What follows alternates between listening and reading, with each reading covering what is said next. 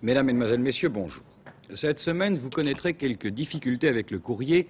Depuis ce matin, en effet, les PTT sont en grève, une grève tournante qui deviendra jeudi, pratiquement générale. Et c'est jeudi d'ailleurs que sera examiné à l'Assemblée nationale le budget des PTT. Sur un plan pratique, avec l'effet retard bien connu, la réception du courrier sera donc perturbée, disons, toute cette semaine. En fait, il faut remarquer que les revendications des postiers portent autant sur les conditions de travail que sur les problèmes de salaire. Et c'est aussi le cas dans un autre secteur, chez les mineurs de Lorraine qui sont toujours en grève et dont l'une des principales revendications concerne également l'aménagement des horaires de travail. On a discuté ferme, tard, hier soir, en Lorraine, entre patrons et syndicats.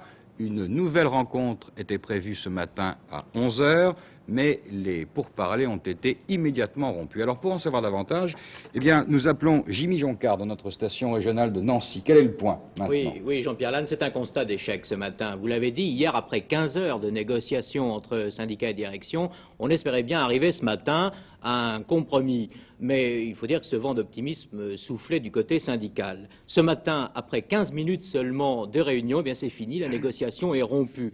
La direction des houillères du bassin de Lorraine affirme qu'elle ne peut pas aller au-delà de ce qu'elle a déjà accordé au cours des discussions. Le devenir industriel du bassin houiller lorrain, dit-elle, serait gravement mis en danger, enfin compromis, si on allait au-delà. Les syndicats disent c'est là un véritable chantage. On a d'ailleurs l'impression ce matin que les syndicats sont un petit peu surpris par ce qui s'est passé ce matin, par ce raidissement de la position de la direction.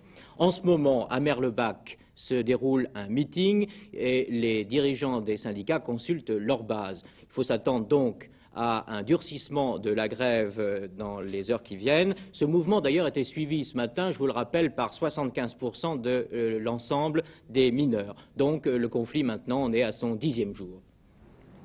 Eh bien, merci. Et le point donc ce soir à nouveau à 19 h 45. Cette semaine va être marquée par un 3e voyage présidentiel du président Pompidou en Bourgogne et dans le Lyonnais. Au passage, le président de la République inaugurera le dernier tronçon de l'autoroute Lille-Marseille. Donc on peut dire qu'à partir de jeudi, la Canebière deviendra vraiment la plus grande avenue du monde, 987 km, avec bien sûr la permission des Lillois.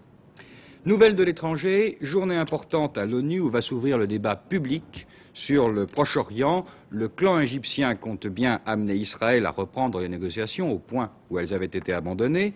Israël, de son côté, déclare que tout débat public ne peut nuire qu'à la paix. Le cessez-le-feu, en tout cas, je vous le rappelle, entre les deux pays, expire théoriquement le 5 novembre prochain. Au Québec, toujours pas de nouvelles du diplomate James Cross, et l'on pense maintenant que le dernier message du FLQ n'était pas le fait des ravisseurs du diplomate anglais. On a voté hier à Montréal pour des élections municipales et c'est la liste du maire sortant, M. Jean Drapeau, qui a été reconduite. Un fait à retenir, M. Drapeau avait pris ces jours derniers une position très ferme, violente, contre le FLQ. Les heures pénibles du drame de M. Pierre Laporte et l'angoisse au sujet de l'autre otage, M. Cross, que le FLQ menaçait d'exécuter, planaient sur les élections municipales qui se sont déroulées hier dans le calme à Montréal. Les électeurs, pour se rendre aux urnes, ont dû traverser une ville pratiquement déserte, si ce n'est des patrouilles de l'armée et quelques blindés.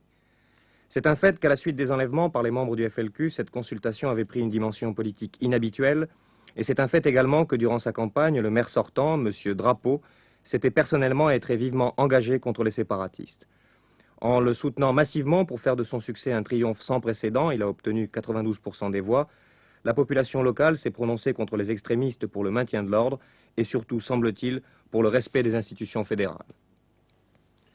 Les électeurs qui ont voté à 50% avaient le choix entre 3 partis, celui de M. Drapeau, le Parti civique, et 2 nouveaux partis dans l'opposition, le FRAP, le Front d'action politique, qui présentait 31 candidats pour les 46 sièges vacants du Conseil, et le Parti de Montréal, qui présentait 15 candidats.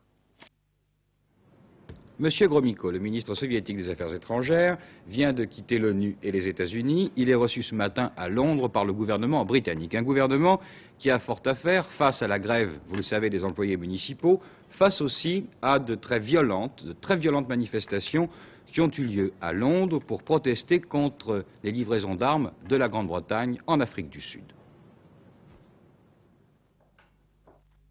10 000 personnes environ se sont réunies hier à Trafalgar Square pour protester pacifiquement contre les ventes d'armes britanniques à l'Afrique du Sud. Mais tandis que la plupart des manifestants écoutaient divers orateurs, dont l'évêque de Woolwich, le révérend David Shepherd, plusieurs groupes de militants maoïstes se sont dirigés vers l'ambassade d'Afrique du Sud qu'ils ont tenté d'investir. La police est alors intervenue violemment. D'abord isolée, les engagements entre forces de l'ordre et manifestants se sont multipliés autour de l'ambassade, ainsi que devant la résidence du Premier ministre au 10 Downing Street. Ces émeutes, qui ne devaient prendre fin qu'à la tombée de la nuit, ont fait une trentaine de blessés. 65 personnes ont été arrêtées. La violence, eh bien, Bernadette Devlin, qui vient de sortir de prison, y est maintenant opposée. Celle qui fut la passionnariat des barricades et des combats de rue dans l'Irlande du Nord ne veut plus s'exprimer par la force. C'est du moins ce qu'elle a déclaré quelques jours seulement après sa sortie de prison. C'est en effet une Bernadette Devlin assagie qui s'est présentée hier à la presse britannique après 4 mois de prison purgée pour la part qu'elle avait prise aux émeutes de Londonderry en juillet de l'année dernière. Bernadette Devlin ne croit plus aux vertus de l'émeute. Sans renier le passé, elle estime aujourd'hui que la violence ne peut rien résoudre et qu'il y a bien mieux à faire pour régler le problème irlandais.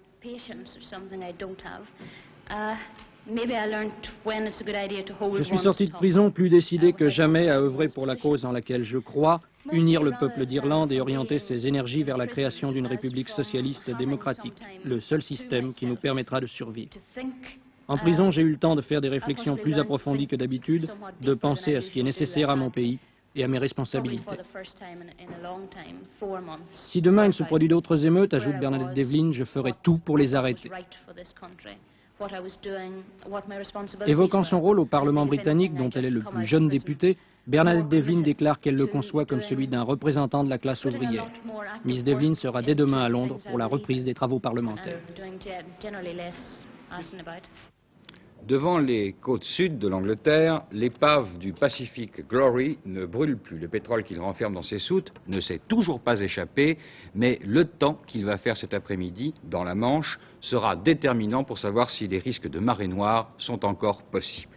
Et le temps, malheureusement, ne s'annonce pas très favorable. En effet, la météo annonce du vent et une mer agitée dans les parages de l'île de Wight. Échoué sur un banc de sable au sud de l'île de Wight, le Pacific Glory continue à tenir bon face aux assauts du vent et de la tempête. Pour l'arracher au haut fond sur lequel il repose, il faut l'alléger et transvaser une partie des 72 000 tonnes de pétrole brut que contiennent encore ces cuves. Mais cette opération de transbordement est actuellement retardée par les vents violents qui balaient la Manche. Tout le problème est donc de savoir si le Pacific Glory résistera à la tempête ou se cassera avant que le pétrole n'ait été transvasé. Les officiers de la marine britannique qui ont inspecté le bâtiment estiment que les risques d'une cassure sont limités. Seule, disent-ils, seule une très forte secousse susceptible de déplacer le pétrolier pourrait provoquer cette cassure. Il semble donc que la menace de voir les 72 000 tonnes de pétrole brut se déverser dans la Manche soit assez faible.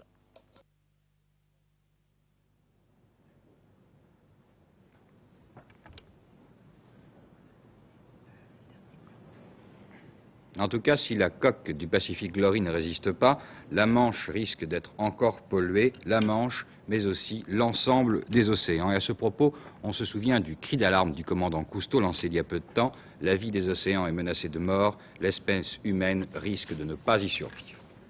Il s'agit bien évidemment que d'une petite pollution, jusqu'à présent d'un risque de petite pollution, mais on a constaté que le pétrole, lâché en une année sur tous les océans du monde par les pétroliers, représente à peu près la cargaison de 500 d'entre eux. Nous allons maintenant revenir à une performance assez extraordinaire, mi-sportive, mi-scientifique, réalisée par un spéléologue yougoslave. Ce jeune homme, il a 23 ans, est resté 463 jours sous terre, soit 1 an et 3 mois. Et ce reportage a été réalisé par la télévision yougoslave. 463 jours sous terre, soit 1 an, 3 mois, 8 jours, ça représente 20 cm de cheveux et de barbe en plus et 12 cm de moustache. C'est ainsi qu'on a pu revoir Milutin Velkovic, un spéléologue amateur à sa sortie des grottes souterraines de Samar en Yougoslavie. Mais cette pilosité généreuse n'est pas le seul gain de Velkovic. Il a pulvérisé ainsi plus de 4 fois le record du monde détenu par Henri Guillot dans cette catégorie. À la fin de ce long séjour, on a pu découvrir ce spectacle de désolation, des bouteilles, des casiers et même un poulailler. Il y avait là dindes et canards, plusieurs poules pondeuses. Chaque jour, le spéléologue gobait goulûment plusieurs œufs frais, ce qui lui a permis de tenir le coup pour faire des observations extrêmement sérieuses sur la vie des animaux sous terre, sur les conditions climatiques de vie dans le sous-sol et sur les fossiles. Chaleureusement accueilli à sa sortie, Velkovitch n'a pas dit s'il entendait ou non recommencer. 1 an et 3 mois, souhaitons quand même un peu une permission de détente pour ce jeune Yougoslave. Patrick Chapuis, les sports, je pense que nous avons un week-end bien chargé, mais si vous voulez, un des faits marquants de ce week-end, c'est ce fameux Grand Prix du Mexique, donc qui a été gagné par X, mais qui s'est couru dans des conditions absolument fantastiques et incompréhensibles. Dans des conditions assez invraisemblables. Il y avait 200 000 spectateurs, une bonne partie ont envahi le circuit. Et il y avait aussi des animaux sur le circuit, puisque Jackie Stewart, qui a dû abandonner, avait heurté un chien exactement à la mi-course. À son retour au stand, 300 à l'heure, je vous coupe, à peu près de moyenne, 250-300. Oui, il allait très très vite et il a eu une avarie, sa roue a été endommagée, il est obligé de rentrer au stand. Et je vais vous dire ce qu'il a déclaré. En rentrant au stand, il a dit: si je n'avais pas ralenti à ce moment-là, j'aurais massacré 400 personnes complètement inconscientes qui se promenaient sur la piste. Ça n'a pas empêché le vainqueur Jackie X de battre le record de l'épreuve. Donc, premier Jackie X sur Ferrari, devant Claire Regazzoni également sur Ferrari. Jean-Pierre Beltois sur Matra Simca est 5e, devant Pedro Rodriguez, l'idole des Mexicains, qui termine 6e. On connaît maintenant le palmarès du championnat du monde des conducteurs. C'est Jochen Rindt, mort à Monza le 4 septembre, qui est proclamé vainqueur à titre posthume. Premier Rindt, 45 points, le voici sur Ford Lotus. Deuxième Jackie X, 40 points sur Ferrari. Troisième Regazzoni, également sur Ferrari avec 33 points. Jackie Stewart, le champion sortant, est 5e. Et Jean-Pierre Beltois termine 9e sur Matra Simca de ce championnat du monde du conducteur, où Pescarolo est 12e. En jeu à 13, la Coupe du monde de jeu à 13 a mal commencé pour la France, qui a perdu son premier match devant la Nouvelle-Zélande. Consolation pour les Français, nous avons assisté à un véritable essai d'anthologie, à un essai de légende qu'on ne se lasse pas de voir et de revoir. Regardez Marcelin, le numéro 2, il va crocheter 2 adversaires, puis botté à suivre par-dessus l'arrière Ladner, un rebond heureux, regardez bien, il récupère le ballon pour aller à l'essai après avoir traversé tout le terrain. Voilà cet essai que Cap 12 va transformer. La marque est alors de 10-4 en faveur des Français, mais les Kiwis vont finalement l'emporter 16-15 et pousser en fin de match ce terrible cri de victoire que les Kiwis poussent toujours dans de telles occasions. Boxe maintenant, je crois qu'il y a vraiment un grand moment de la boxe ce soir. Oui, grand moment de la boxe, nous pourrons voir ce match demain justement dans les grands moments de la boxe. Il s'agit du match Cassius Clay contre Jerry Carey. Cassius Clay, c'est le noir, ici à droite. Il espère bien battre Jerry Carey pour ensuite affronter Joey Frazier. Vous savez que Cassius Clay n'est pas avare de déclarations sentencieuses. Il a dit: je suis beaucoup trop rapide pour Quarry. Ce pauvre Quarry ne trouvera qu'une ombre devant lui. Nous pourrons voir ce match, je vous répète, demain à partir de 22h50. Ce soir à Paris de la boxe pour la réouverture du cercle d'hiver. Robert Gallois qui se doit de battre le Brésilien Nelson Gomez. Eh bien, merci Patrick Chapuis. Maintenant, Jacqueline Alexandre, je pense qu'avec cet hiver qui s'approche, il est bon de consacrer quelques minutes à des recettes de cuisine avec des plats qui peuvent un peu vous réchauffer. Je crois que c'est le cas. Vous avez une excellente idée, si ce n'est ce qui me surprend un peu, c'est que j'avais la même. J'allais vous dire, écoutez, maintenant qu'il commence à faire froid, vous allez tous avoir le temps de cuisiner. Alors je vous propose cette recette que je voulais d'ailleurs vous donner samedi dernier. Malheureusement, nous n'avons pas eu le temps de vous la montrer. Il s'agit d'un coq au vin. Première opération, faire revenir le poulet dans l'huile.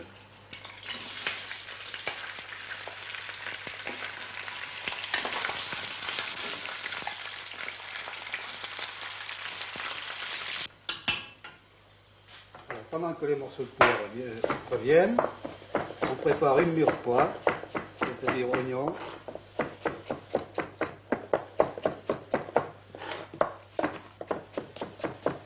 autant de carottes,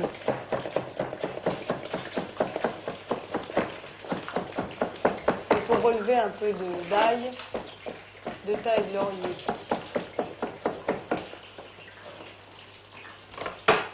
d'un peu d'ail qu'on écrase.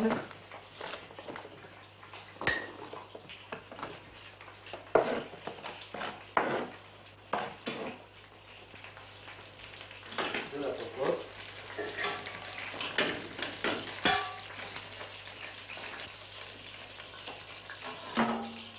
Et maintenant, on fait revenir la mirepoix.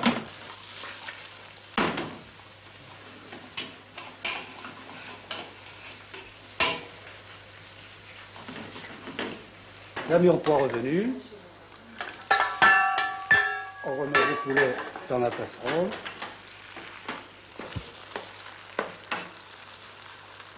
Et on singe, c'est-à-dire qu'on met un peu de farine.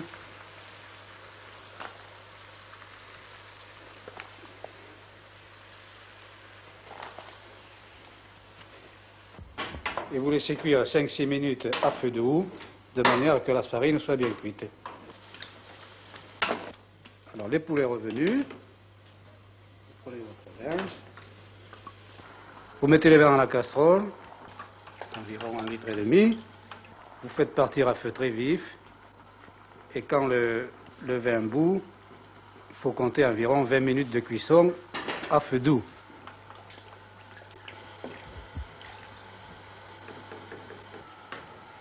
Salé et poivré évidemment.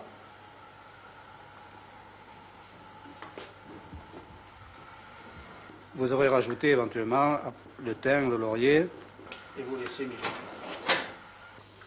Alors vous sortez les morceaux, les mettez dans une cocotte.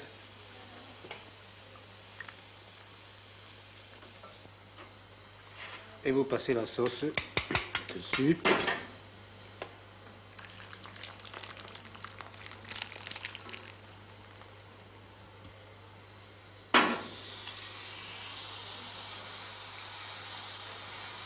Alors, faire revenir des croûtons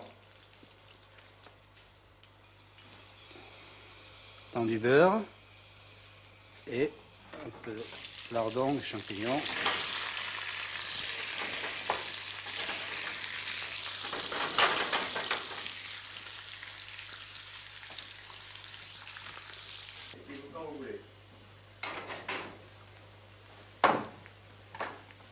Vous dressez vos croûtons autour. Servez les garnitures et les décors.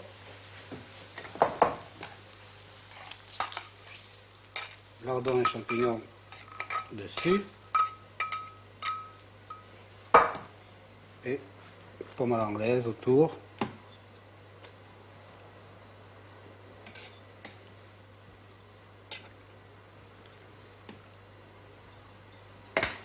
Alors vous saupoudrez le persil haché. Le coco est terminé. Ce n'est pas un plat très difficile, mais il faut quand même compter 1 heure de préparation. La prise de vue était de Jacques Aubertin. Jean-Pierre Lannes, je vous ai vu regarder ça de très près. Vous prétendez que maintenant vous avez du temps. Est-ce que vous êtes capable de le refaire? Refaire la recette du coq au vin, ma foi qui sait. En tout cas, je vous signale que bientôt, dans un mois, dans moins d'un mois, le Beaujolais nouveau va arriver. C'est une information que je vous glisse comme cela. En décembre, effectivement, c'est le premier vin de l'année, le vin nouveau. Merci pour cette bon avec le information. coq. Oui. Ah, ça, moi, je ne m'engage pas. Vous choisissez quand même le vin tous qui les vous vins sont convient. bons, bien sûr, bien évidemment. Bien, et bien maintenant c'est un sujet qui ne vous concerne pas, en tout cas c'est aux femmes que je m'adresse, mais je suis sûre que vous allez encore bien regarder. Il s'agit d'une collection de collants fantaisie à baguette ou à dessin. C'est un reportage d'Islami. Les images sont de Jean-François Etienne.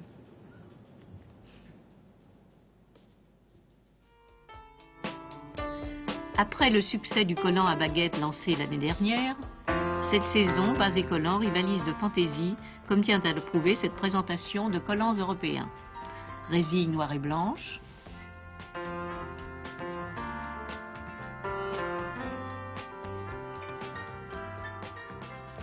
impression en chevron,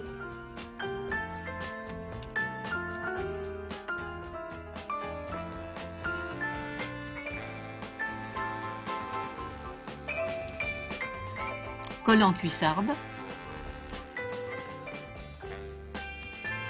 et collant avec bracelet chaussette pour les juniors.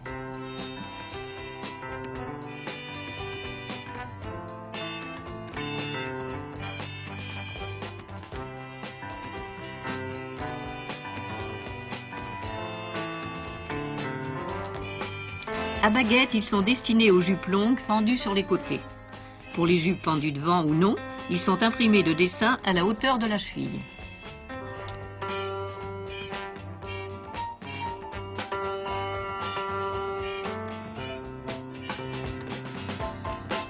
Les baguettes aiment aussi la fantaisie.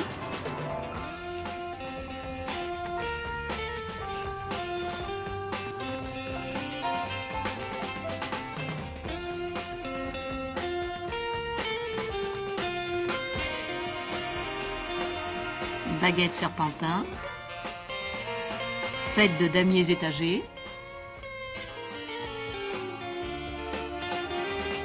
motif pendentif pour une robe habillée. Et maintenant, à vous de choisir.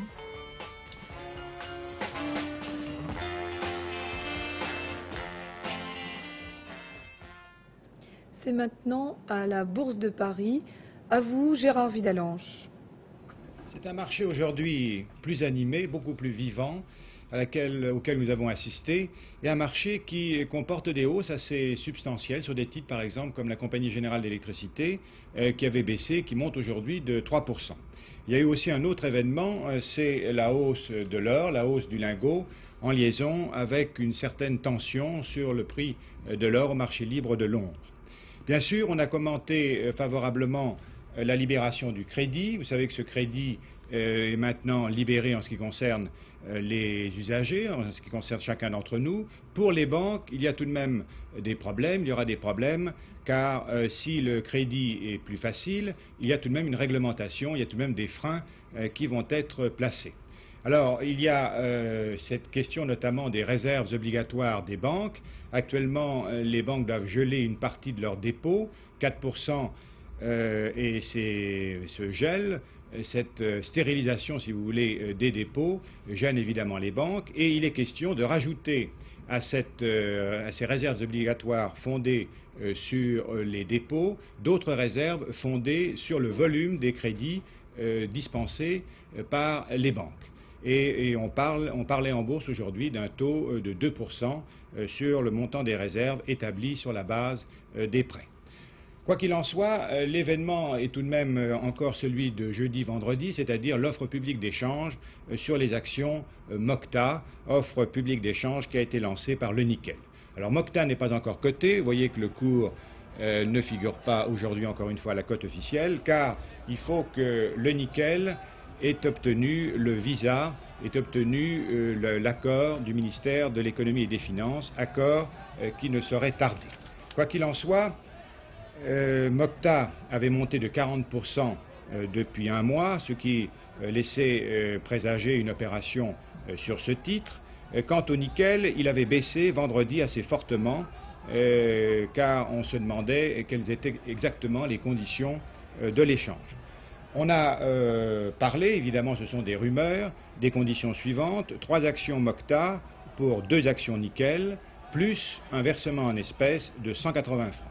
Alors il s'agit, si vous voulez, un petit peu d'une offre publique d'achat, puisqu'il y aura effectivement la possibilité pour les actionnaires de Mocta de recevoir 180 francs, et c'est une offre publique d'échange, puisqu'ils recevront, en échange de leurs actions Mocta, des actions le nickel. Le but de l'opération, eh bien, il s'agit de constituer un groupe minier de taille internationale. Le nickel est déjà lié à Peñarroya. Le nickel, en effet, contrôle 50% de Peñarroya, et l'ensemble de ces deux sociétés constitue un groupe d'une assise assez considérable, puisque Peñarroya est le premier producteur au monde de plomb. Il est également producteur de zinc et de nickel, tandis que le nickel est le deuxième producteur de nickel après la grande firme canadienne International Nickel. Et puis alors, ce qui est important, c'est que vous avez probablement entendu parler des développements de la production envisagée en Nouvelle-Calédonie pour valoriser nos réserves de nickel. Eh bien, la mise en exploitation de ces nouveaux gisements est très coûteux, il faut des capitaux énormes, et c'est ce qui explique que pour réussir maintenant dans les investissements miniers, il faut une assiette extrêmement importante. Du reste, le nickel s'est associé à des groupes puissants étrangers comme la Kaiser, Amax, 2 firmes américaines, et Patino, un groupe canadien. Alors nous aurons donc en France, si cette OPE, cette offre publique d'échange réussit, 2 grands groupes miniers, d'un côté le nickel Peñarroya avec Mocta, et de l'autre Pechiney, Ugine, qui vous le savez, doivent également se rapprocher. Vous voyez qu'il y a eu des hausses assez sensibles dans la construction électrique avec LMT et la radiotechnique. La Compagnie Générale d'Électricité, aujourd'hui, a fortement monté. En effet, on avait inscrit un premier coup, vous allez voir tout de suite les cotations, à la Corbeille précisément. Donc vous voyez les cours sur votre petit écran. Bull n'est pas encore coté. Alors voici le cours de la Compagnie Générale d'Électricité, 435 contre 410 auparavant. Il y avait des ventes jusqu'à présent sur ce titre, ventes qui avaient été plus ou moins bien absorbées par le marché, et maintenant le marché s'est détendu et il est beaucoup plus favorable sur ce titre. Une autre opération de regroupement est à signaler, c'est un regroupement dans l'industrie des vins. En effet, DMS, qui représente les marques de vins Préfontaine, Grappe et Postillon, va se rapprocher de la Société des vins de France, qui distribue les vins Marniac, Kiravi et Gévéor, pour constituer le premier groupe de distribution de vins en France, avec une part d'environ 13 à 14% du marché. Et c'est là un regroupement également nécessaire, car cette industrie était mal structurée jusqu'à présent. Un résultat intéressant, c'est celui de BSN, qui a augmenté ses bénéfices de 20% au cours du premier semestre. Et vous voyez ici, du côté des étrangères, une hausse importante, celle de la General Motors, qui gagne 4% aujourd'hui. On se demande si les négociations entre le patronat américain et les syndicats ouvriers de l'affaire ne vont pas évoluer favorablement. Quoi qu'il en soit, sur le marché de l'or, 6 885 francs aujourd'hui, c'est à nouveau un gain de 15 francs. Le Napoléon est beaucoup plus stable à 57 francs 40. La hausse de l'or est soutenue par le relèvement du prix de l'or sur le marché libre de Londres. Voici du reste un graphique qui vous montre exactement cette tension, l'ampleur de cette tension depuis au fond le mois de septembre. Vous voyez que le prix officiel est de 35 $, c'est un vieux prix qui est fixé depuis fort longtemps. Eh bien, en novembre 69, après la dévaluation du franc, il y avait une alerte monétaire et ce prix officiel était monté à 40 $. Eh bien, vendredi, c'était 38,45 $. Aujourd'hui, on me dit que le prix a monté à 39,35 $. Vous voyez que la stagnation enregistrée au cours des 9 premiers mois de l'année est maintenant finie en quelque sorte et qu'il y a véritablement un réveil du marché de l'or. En ce qui concerne le prix du lingot, qui était de 6 885 francs, ça correspond très exactement à la hausse du prix de l'or à Londres, hausse qui a été de 10% et qui se retrouve de 10% sur le marché du lingot à Paris. C'était la Bourse de Paris, donc une bonne séance. À vous les studios. Merci. Mesdames, Mesdemoiselles, Messieurs, nous vous remercions de votre attention. À demain, 13 h.